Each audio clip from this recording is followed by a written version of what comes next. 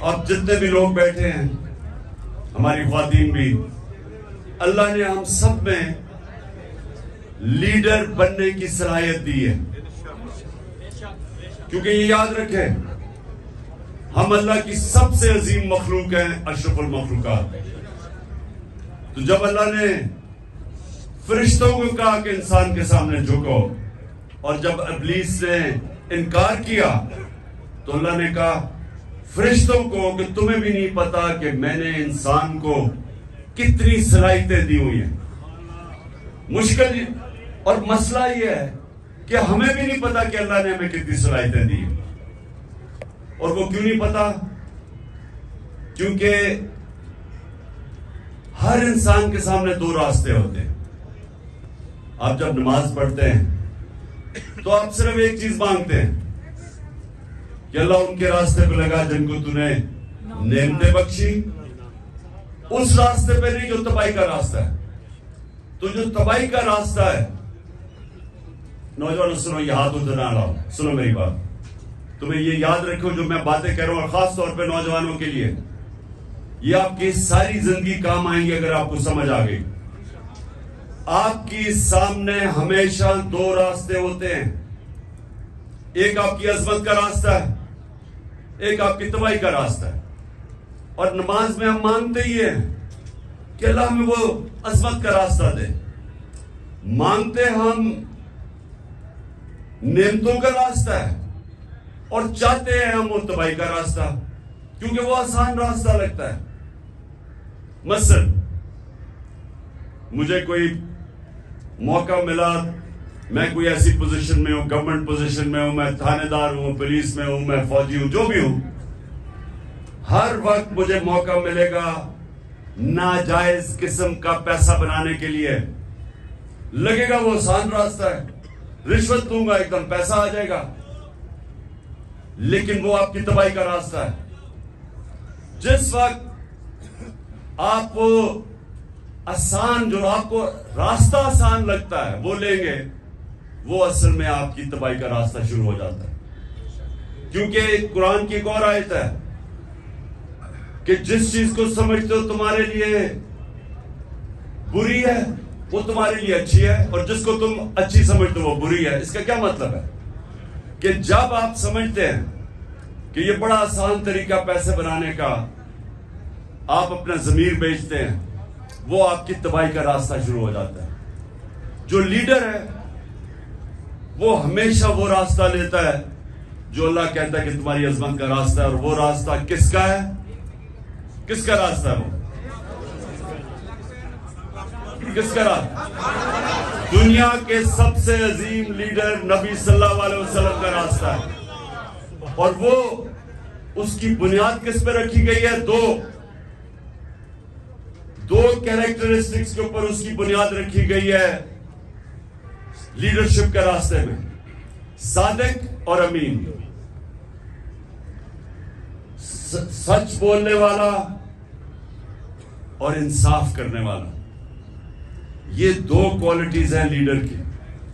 جو بھی آپ میں سے لیڈر بننا چاہتے ہیں یہ یاد رکھیں، آپ کو یہ دو چیزیں، سچائی، جھوٹا لیڈر نہیں ہو سکتا. جب جھوٹا لیڈر ہوتا ہے تو وہ لندن میں جو بھاگا ہوا وہ بن جاتا ہے. لیڈر سچ بولتا ہے.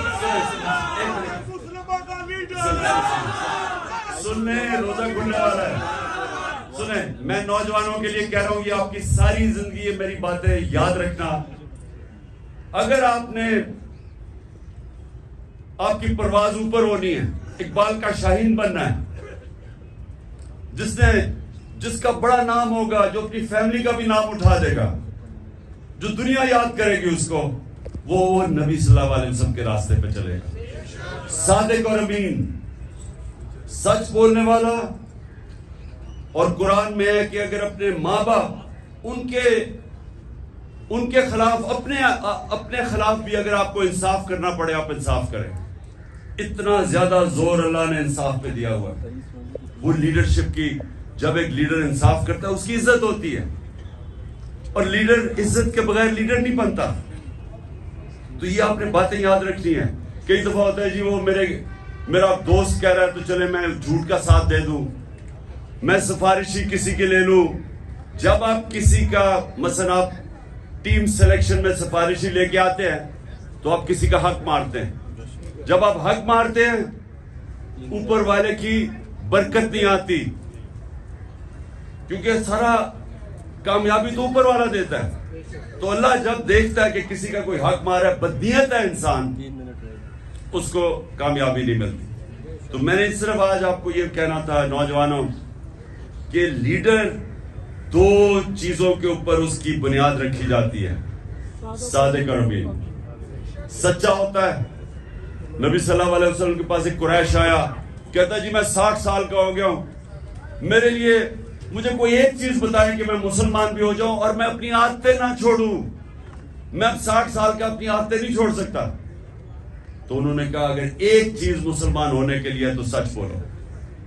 سچ میں بڑی طاقت ہے، کیونکہ اللہ الحق ہے، اللہ سچ ہے. جب آپ سچ بولتے ہیں تو اللہ آپ کے ساتھ کھڑا ہو جاتا ہے، آپ کو وہ طاقت ملتی ہے. وہ کہتے ہیں کہ انگریزی میں کہ one moral man is an army, کہ ایک سچا انسان ایک فوج ہوتی ہے، کیونکہ اس کے پیچھے اللہ کی طاقت آ جاتی ہے. اور دوسرا یہ جو انصاف کرنا ہے، یہ یاد رکھیں کہ وہ ابن خلدون کا اس نے کہا کہ میرا تجزیہ ہے، بہت بڑا عالم تھا، کہتا میں نے جو سارا قرآن پڑھی ہے میرا تجزیہ یہ ہے کہ اللہ نے انسان کو زمین پہ بھیجا ہی ایک وجہ سے ہے کہ انصاف کرو، میری زمین پہ انصاف کرو. یہ دو چیزیں یاد رکھیے نوجوانوں، ان دو چیزوں پہ کھڑے رہو، آپ کی معاشرے میں عزت بڑھنی شروع ہو جائے گی. گاؤں کے اندر ایک لوگوں کو پتہ چلے جی وہ آدمی ہے، جو بھی مسئلے ہوتے ہیں وہ ادھر پہنچ جاتے ہیں ان کے مسئلے حل کرنے کے لیے، وہ سچا آدمی اور صادق اور امین ہے. سارے گاؤں اس کی عزت کرتی. نبی صلی اللہ علیہ وسلم کی نبوت سے پہلے سارے مکہ کے لوگ جانتے تھے کہ وہ صادق اور امین ہے. ابھی نبوت نہیں ملی تھی، لیکن یہ خطاب تھا کہ وہ سچا اور ایماندار اور امانتدار آدمی ہے. اس لیے یہ یاد رکھنا کہ دنیا میں اوپر جانا ہے. اچھا یہ سچ بولنا آسان نہیں ہے، مشکل ہوتا ہے، طاقتوں کا سامنا کرنا پڑتا ہے. آپ کے اوپر یہ جو گھر کے اوپر حملے ہو جاتے ہیں، ٹیئر گیس شیلنگ ہو جاتی ہے، لیکن یہ کوئی فکر نہیں، کیونکہ ہمارے نبی صلی اللہ علیہ وسلم نے بڑی مشکلوں کا سامنا کیا تھا. لیکن پھر ان کی جو آج عظمت ہے، اس لیے ہم آج جان دینے کے لیے اس لیے تیار ہیں کہ ان کے کیریکٹر کی وجہ سے کہ وہ رائے حق پہ کھڑے رہے اور آخر میں ساری دنیا ان کے ساتھ ہوگی. دعا کریں گے اور پھر انشاءاللہ روزہ کھولیں گے.